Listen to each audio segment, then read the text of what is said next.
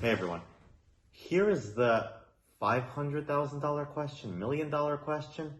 Should you pay off your mortgage if you have a low interest rate and you can invest that money someplace else? Because the popular consensus, the smart money, what they say is that you should absolutely not pay off your mortgage and you should invest in someplace else, especially if you have a super low interest rate. I'm going to give you a different opinion. I'm going to tell you that I think that that's a mistake. And I'm going to give you a couple of reasons why. First of all, looking at the math, it makes sense why they say that. If you're paying, let's say, a 3.2% interest rate on a, $500,000 loan, and ultimately you can invest that $500,000 for 5% or for 7% or whatever it is, sure, it makes sense. You take that money, you invest it, and then you can pay out the difference and you're out ahead. You make money. Here's why I don't think that's a good idea, and it's really a psychological factor, but it's also a stability factor. What happens, and this can always happen, if the stock market crashes? What happens, God forbid, you lose your job or you lose your business? What happens if you have a health scare? I know some world-class athletes that had health scares. I know a lot of people that had health scares, and the statistics are that people are getting afflicted. For example, cancer. God forbid you have cancer, but it's getting younger and younger. I just read an article that the face of cancer is getting younger. What happens if you have a genuine health scare? What happens if you lose your job? What happens if your business goes bust? Because the statistics for a business, by the way, because they say you shouldn't, if you can't invest in the S&P 500 or whatever it is, you can invest in yourself, invest in your business. Sure. Well, most businesses fail within the first 5 years.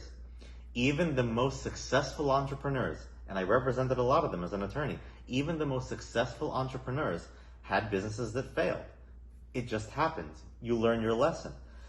But what happens if your business fails, something bad happens, whatever have you, and you can't pay that mortgage? What happens if you go into arrears or in default? How much stressful would all of those things be if at the end of the day, you could lose your house? And that's extremely stressful. I think that that's one of the most stressful things someone can go through, because they've got all of their life problems, and then out of those life problems, you have this situation where, well, I might not have a place to live anymore. So here's kind of my philosophy on it. My philosophy in life is you always want to build a home base. That home base is something you can't lose. You can't lose that home base no matter what. If you have, let's say, a mortgage, and it doesn't matter, it's a super low interest rate, and that super low interest rate, let's say it's a 3.2% interest rate on a $500,000 mortgage, and you put, 3.2% down, fine. Your monthly payment is going to be roughly between $2,500, $2,900, something like that. Just doing the math. I put this into a mortgage calculator before filming this video. This is what memory serves. In any event, between $2,000 to $3,000 every single month before you put in food expenses, before you take out car payments, before, if you've got kids, before you pay for the kids, sporting events or whatever you have. Then you've got to invest in yourself, then you've got to invest in your business, then you've got to do everything else that you want to do, but right off the top, you're lumping off between $2,000 to $3,000 per month. What if you didn't have that? What if you said, I'm not going to put that money into the stock market. Doesn't matter what the interest rate is or what the percent is or whatever have you. I'm not going to put it in a money market fund with the interest rate roughly around 5%. I'm going to instead just throw the money into my house and pay it off. Well, then you have something that's guaranteed. What do you have that's guaranteed? If you actually pay your taxes, no one will take your house away from you. If you actually pay your HOA, if you've got an HOA or condo association, no one will take your house away from you. So your risk of being homeless is zero. You have zero risk of being homeless. You can lose your business, you can lose everything, but you won't lose your house. And worst case scenario, you have your house to sell. Now, a lot of people will tell me, well, Andre, you can sell your house anyways. You can build equity in your house, but you're not building full equity. Because if you have a house and you've built $400,000 worth of equity, and and the house is a couple of $1 million or whatever it is, then you're only going to get the value of the equity that you have in. You're not getting the full value. You're not getting the couple of $1 million. You're getting the value that you put into the house. And that might be something, that might be nothing, but you have less. So now you don't have your house, and the equity you built is not the full equity. It's not the full amount. Whereas you could have used that money for something, now you're stuck with a lesser amount. Also, I think it's very important that this concept of paying off your mortgage is a concept that I'm talking about for your primary residence.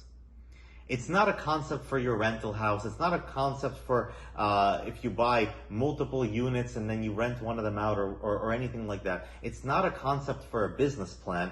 For a business plan, you certainly don't want, you want to leverage your money. You certainly want to use debt in a very good way. You certainly don't want to pay everything in cash. For credit cards, to have a 24% APR for your primary residence, I always recommend, and this is not financial advice because I'm not a financial advisor, I'm just a lawyer that has put together multi-million-dollar deals, but I always recommend you have that peace of mind. You have that peace of mind of your primary residence where no one can kick you out, no one can tell you what to do, and if everything goes to hell tomorrow, you still got your place. Now let me give you a good example. I have a friend who's a financial advisor. He's a very good financial advisor. I'm not going to drop any names. But check this out. When I was about to pay off my house, this is before COVID, he said, Andre, I made 20% last year on the money that I invested. Why don't you invest the money with me? I'm not going to put it into any risky investments. We'll be very conservative. We'll put it into companies like Amazon and Google and index funds for the S&P 500. It's going to be conservatively invested, generally conservatively invested in stocks. And I said no. And here's why I said no. Because I wanted that security of being able to pay off my house, making sure that no matter what happens, I will never be homeless. Now, what actually happened?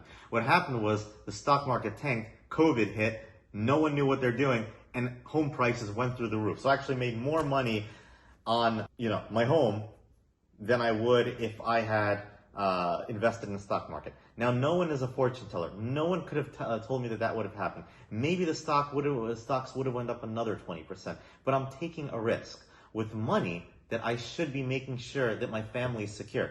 Because what is the job of every entrepreneur? What is the job of really any man? To make sure his family is secure. I wanted to make sure that if I go and I gamble away all of my money, that my wife has a place to live, that I still have a place to live, that really our family is secure. And that's what I did. And I think that's the right move. There is a psychological element there. That psychological element of, I want to make sure that I build a base for myself, can't be understated.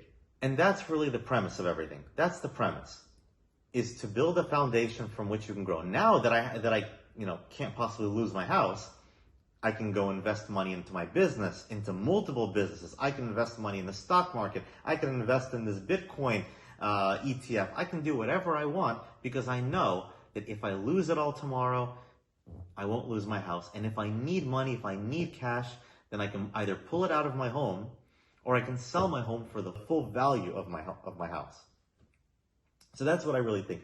I think that it's a totally unpopular opinion. I get the math why people advise you to invest money and not throw money into your house, especially if you have a low interest rate. That money can be quote unquote put to work. But for money to be put to work, to have any value, it's got to be put at risk. And every time you put money at risk and you don't have access to it, well, it's at risk and you don't have access to it. Whereas if you put money in your home, if you pay off your mortgage, you get that rock thrown off your chest. You have an extra $3,000 or $2,000 that you can invest into something else. You're not worried about not being the bank coming and knocking on your door.